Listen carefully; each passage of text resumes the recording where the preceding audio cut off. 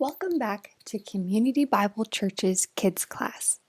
Community Bible Church thanks the Bill Rice Ranch for the use of this story. And now for this week's thrilling Western story. Everyone, turn to the first chapter of Daniel, I said to the congregation. Daniel is in the Old Testament, you know. Then I opened my own Bible, and to my dismay, I could not find the book of Daniel myself. Betty, then just a baby, had some way gotten hold of my Bible and had torn out the entire book of Daniel. But it took me several seconds to realize this as I thumbed frantically back and forth in the effort to find the book. I was already scared half to death because I had never preached in so large a church before, nor in a church with so dignified a congregation, nor in a church that was so cold and formal and dead. But when I licked my finger and desperately turned back and forth trying to find the book of Daniel, the people first smiled, then began to snicker, and then broke into a hearty laughter. At least I had succeeded in breaking the ice. I borrowed another Bible, turned to Daniel, and preached my sermon. The dear Lord blessed the service, and a few months later, I was invited to conduct a 3-week revival campaign at that church. Both the Moody Bible Institute and I were surprised that so strong a church would want a student for a revival campaign. But I was grateful to God for the opportunity, and it turned out to be one of the memorable revival campaigns of my entire ministry. I asked another Moody student to lead singing, promising to divide whatever love offering the church gave me with him. So it was arranged. I had been working at odd jobs, but during these 3 weeks, the revival took my entire time. Kathy and I would go to school until 12:15 each day. We would then have lunch, then drive the 40 miles to the neighboring city, where we, together with the song leader, would visit and then go to the service that evening. And like I said, it was a wonderful revival campaign. The building was packed and jammed with extra chairs, night after night after night. There were 84 conversions and probably twice as many decisions for dedication, surrendering to preach, surrendering for ministry work, etc.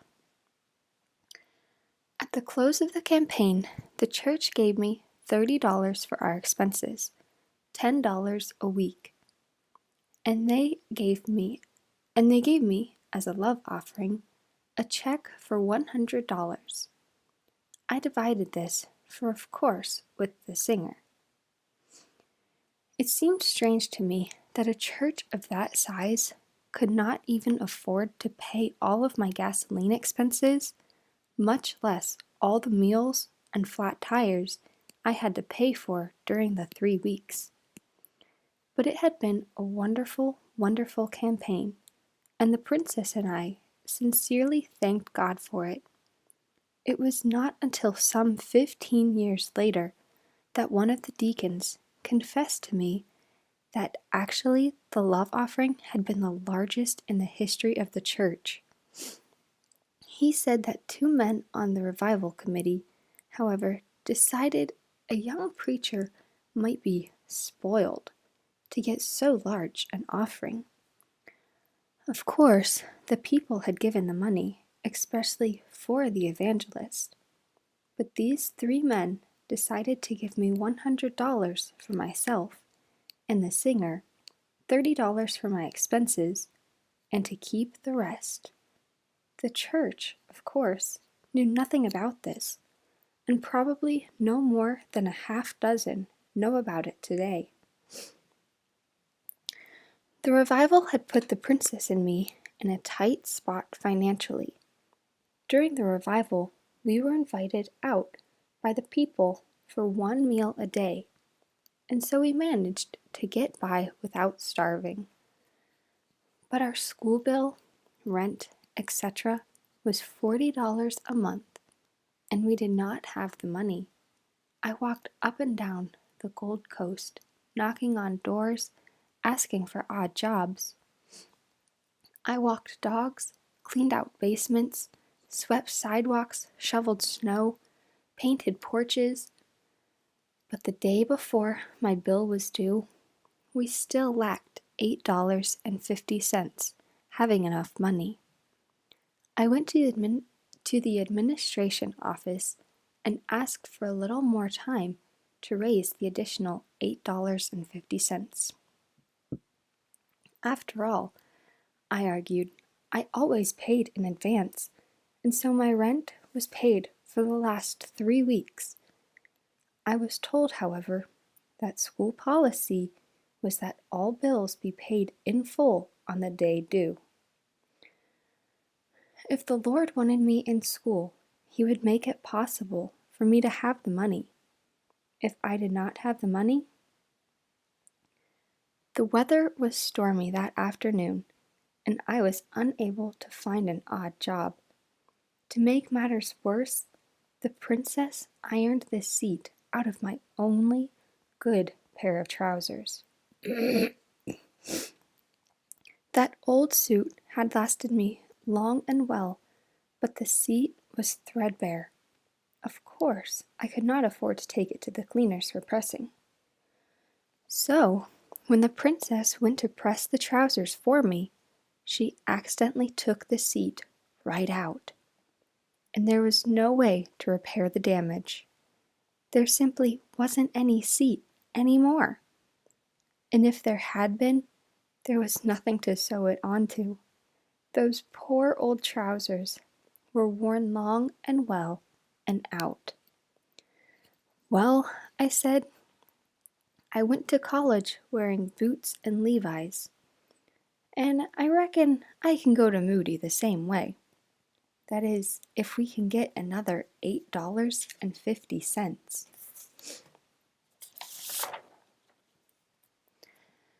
But the princess had a better idea. She found an old pair of white duck trousers that I had played tennis in. Of course, white in Chicago in the middle of winter was not exactly the right color, nor was duck the right kind of fabric. Just the same. Then I had a brilliant idea. In the little one-roomed basement apartment in which we lived, the former tenants had left 2 paper bags of coffee. Why not pour the coffee into a 2-gallon bucket, boil it until it was really strong, then dye the trousers brown?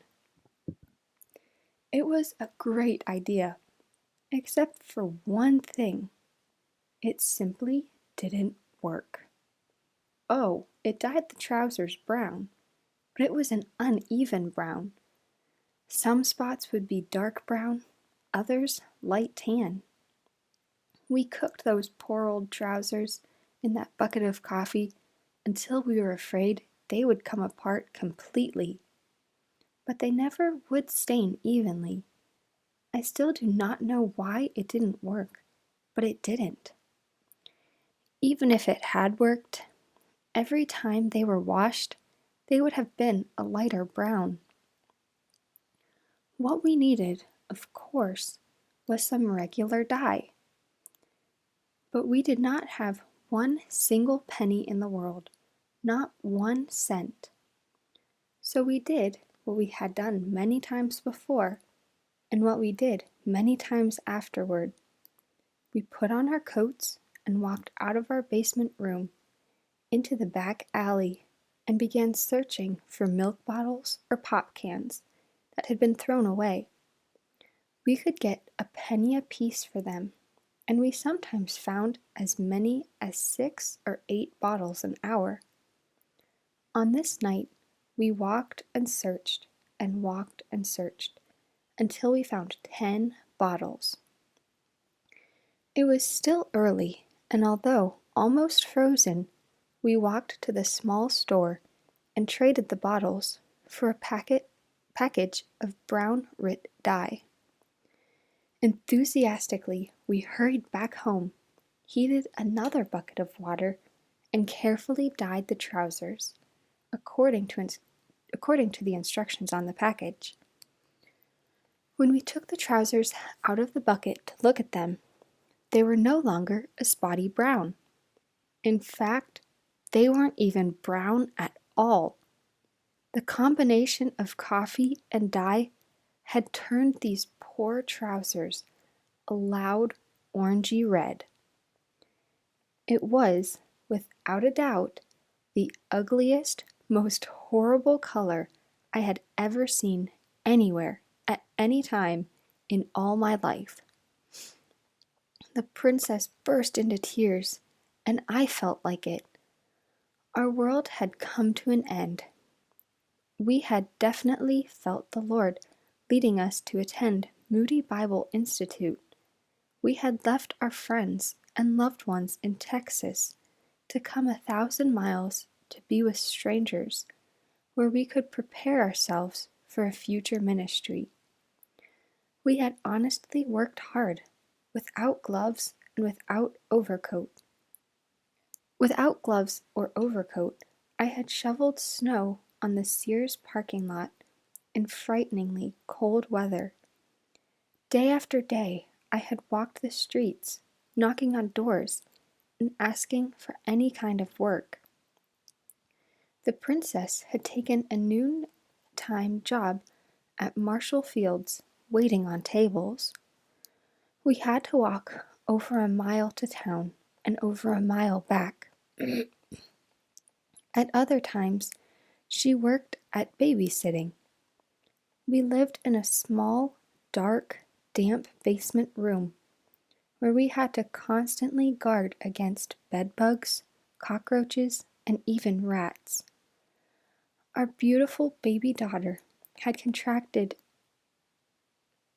a disease that had left her, after an almost fatal sickness, deaf for life. And now this. Tomorrow I must drop out of school unless I can get another $8.50. And even if I had the money, the only thing I had to wear was that pair of hideous red trousers. The princess and I sat down after the initial shock and remembered our misfortunes. But we also counted our blessings. How wonderfully God had led us. Although a total stranger when we arrived in Chicago, we had invitations to preach every week in churches or missions or prisons or other places. We were in school for 4 years and had invitations to preach every Sunday except 7. What's more, we had been wonderfully happy together. As a school, Moody was absolutely tops, and we had learned more about the Bible and more about soul winning than we had dared dream or hope that we would. What's more, we were honestly trying to find the leading of the Lord, and He had promised.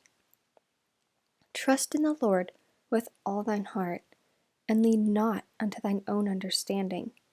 In all thy ways acknowledge Him, and He shall direct thy paths. Proverbs 3, 5, and 6. We had prayed, and amazingly felt calm and confident, and sure that the dear Lord had not forgotten us, and that we would be able to stay in school after all. I sat down to prepare my lesson for the following day, dressed in my shirt and my BVDs. I had hardly begun preparing my assignments when someone knocked on the door. I yanked on my one pair of work trousers and the princess went to the door. A young fellow we had never met walked hastily into the room.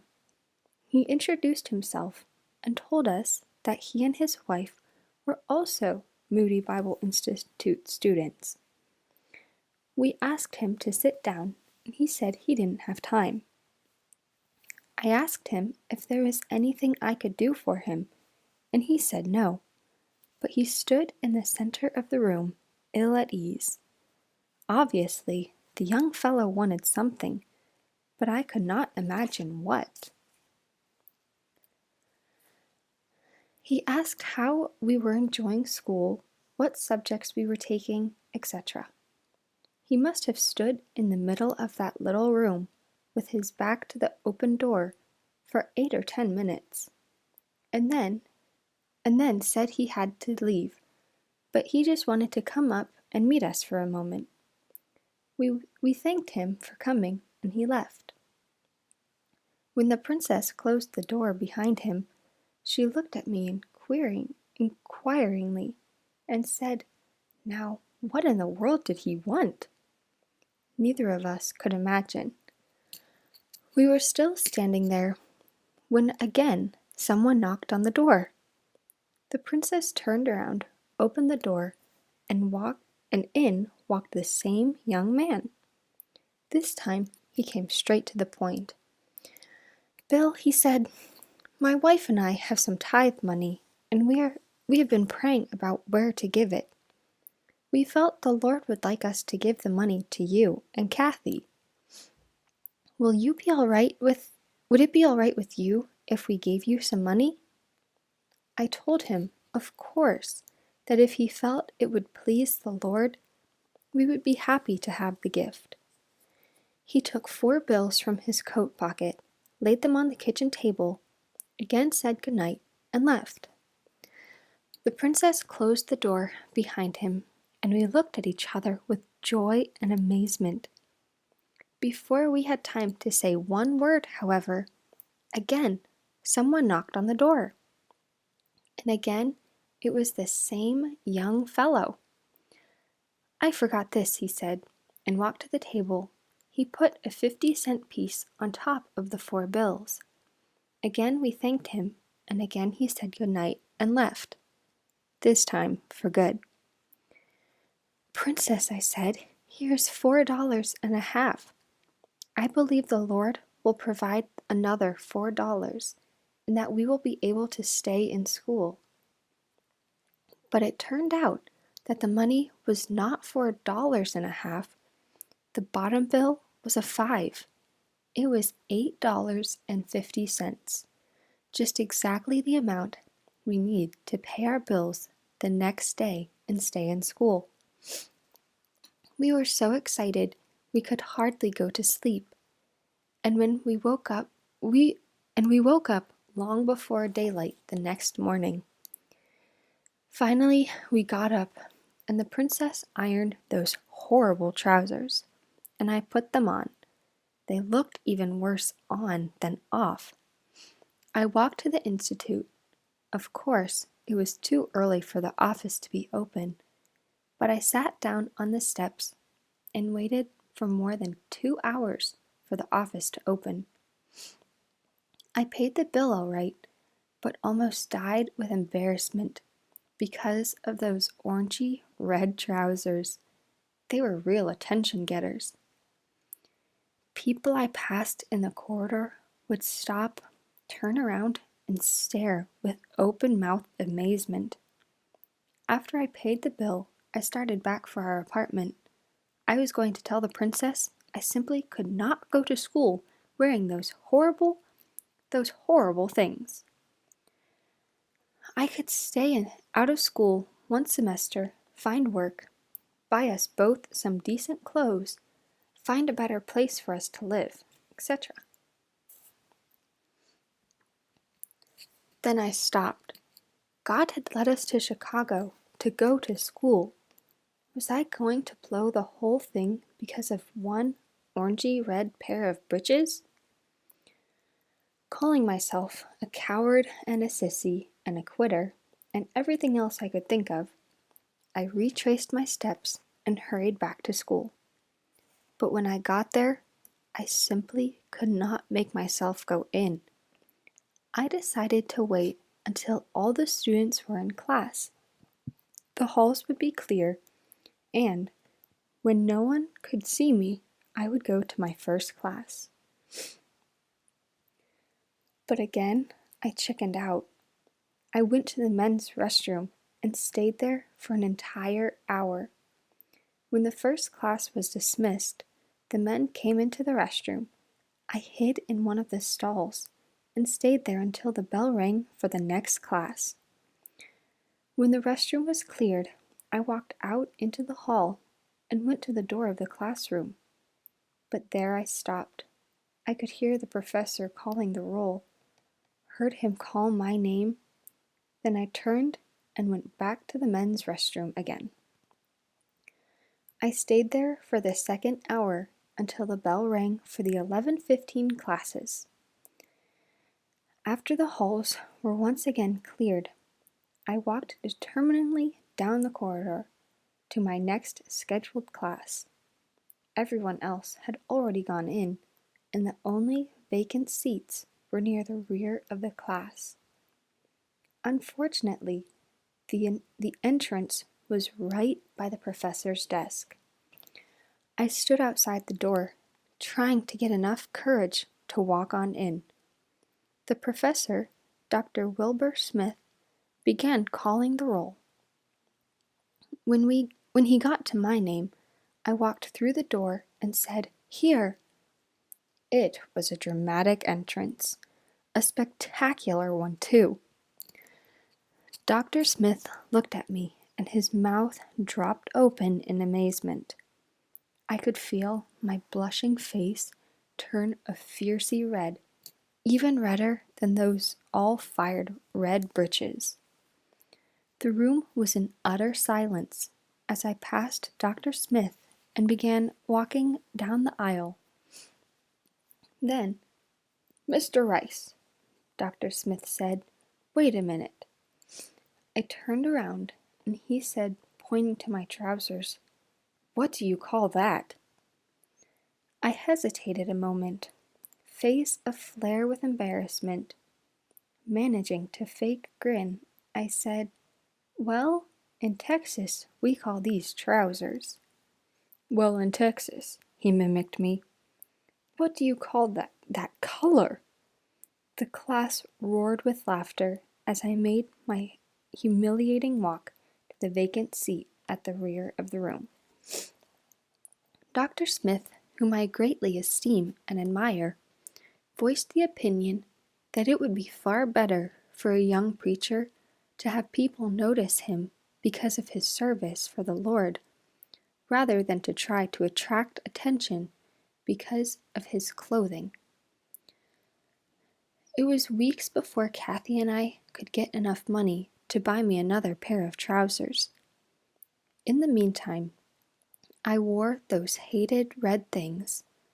I was shy and bashful by nature, and all of the kidding I took near killed me.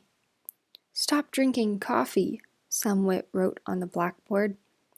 "Do you want your innards to look like Bill Rice's trousers?" In speech class, a 2-minute speech was made on coffee. If you have tried